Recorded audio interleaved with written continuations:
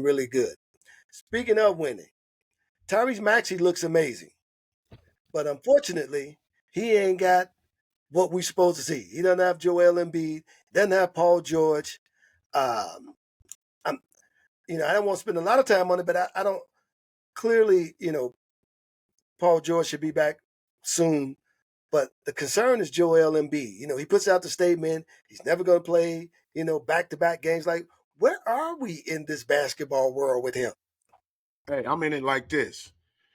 Keep the big fella out as many games as you can because Embiid is nothing.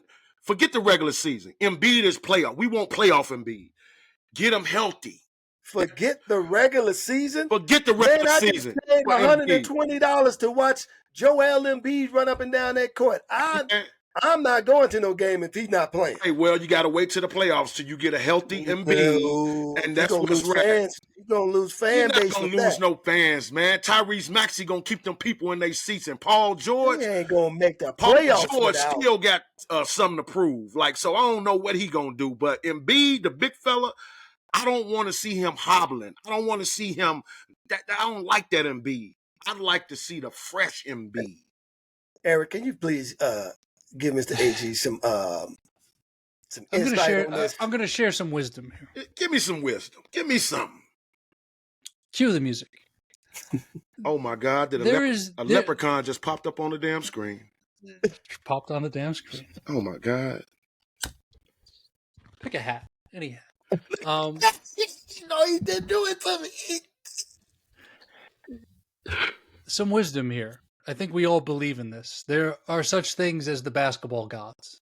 There is no way that the basketball gods are going to cooperate where this guy plays 45 or 50 games and all of a sudden he flips the switch, the chemistry is right, and they make a run deep in the playoffs. Like, it just doesn't work that way. And listen, I'm the biggest Philadelphia 76er basher in the world. Like, it's one of the rivals of my team. Yep. It's the Celtics have owned the Sixers since 1982. It's the last time Philly beat Boston in a playoff series.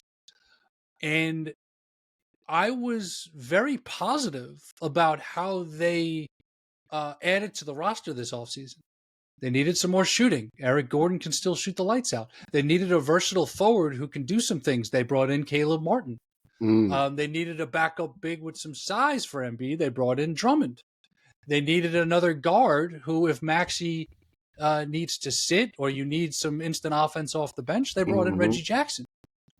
But if the big fella's not right and you don't have this Embiid, Paul George, Maxey trio figured out in terms of how is this going to work, from a talent balance standpoint, it should be outstanding. You have, if not, Jokic is the MVP. So Jokic is the best center in basketball. He's the best five in basketball. Anthony Davis is right there.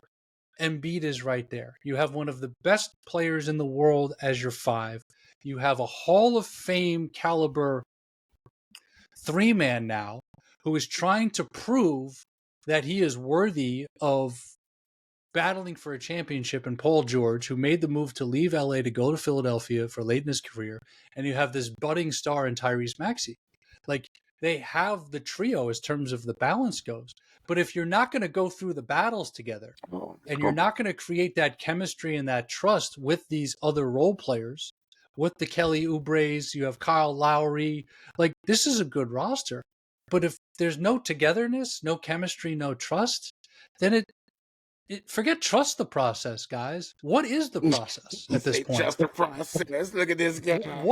What is the process at this point? Absolutely. I don't know. Absolutely.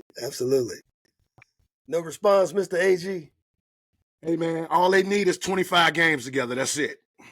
They will jail. They are veterans. They know how to play. We're gonna wager something offline. Yeah, we're gonna wager some on that because and now I'm gonna be texting Arthur after every 76ers loss. Let me tell you something. You and my buddy David Jepson, he lives in the Boston area. I'm texting him right now. I just took a picture of us on the screen. I just said, man, you and this dude, this Celtic Green, Eric guy, Leprechaun, y'all need to get off my podcast. Well, I agree with everything what Eric just said, man, because we've seen it. We've seen it with KD, whether he was with his big three in Brooklyn. We saw it, the big three over there in Phoenix. These guys got to play, man. If you don't play, even when they had, they put those guys together with the Clippers. If you don't play, that you cannot create chemistry. And AG, I'm going back to this. Mm-hmm. It's too expensive for these people back here paying all this money for people to see Embiid maybe or maybe not play.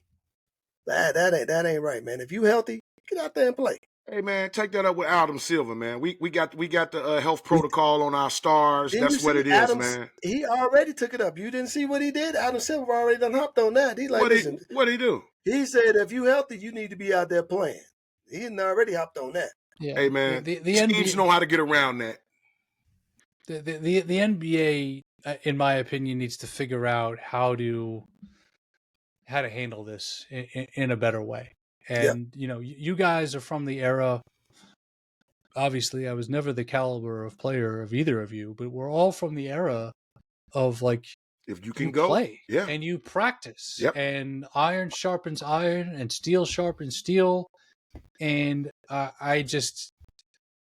economics, the fan bases, yep, at the end of the day, it's a job. And yes, it's entertainment and it's basketball, but it's a job. And the NBA is going to have to figure something out here with this. But I'd much rather talk about players that are actually on the floor, William. So what else do we got? What else do we got, point guard? What else do we got? We got to talk about this. He's not on the floor, but we got to go to the Clippers. New gym. Yeah. Same Kawhi.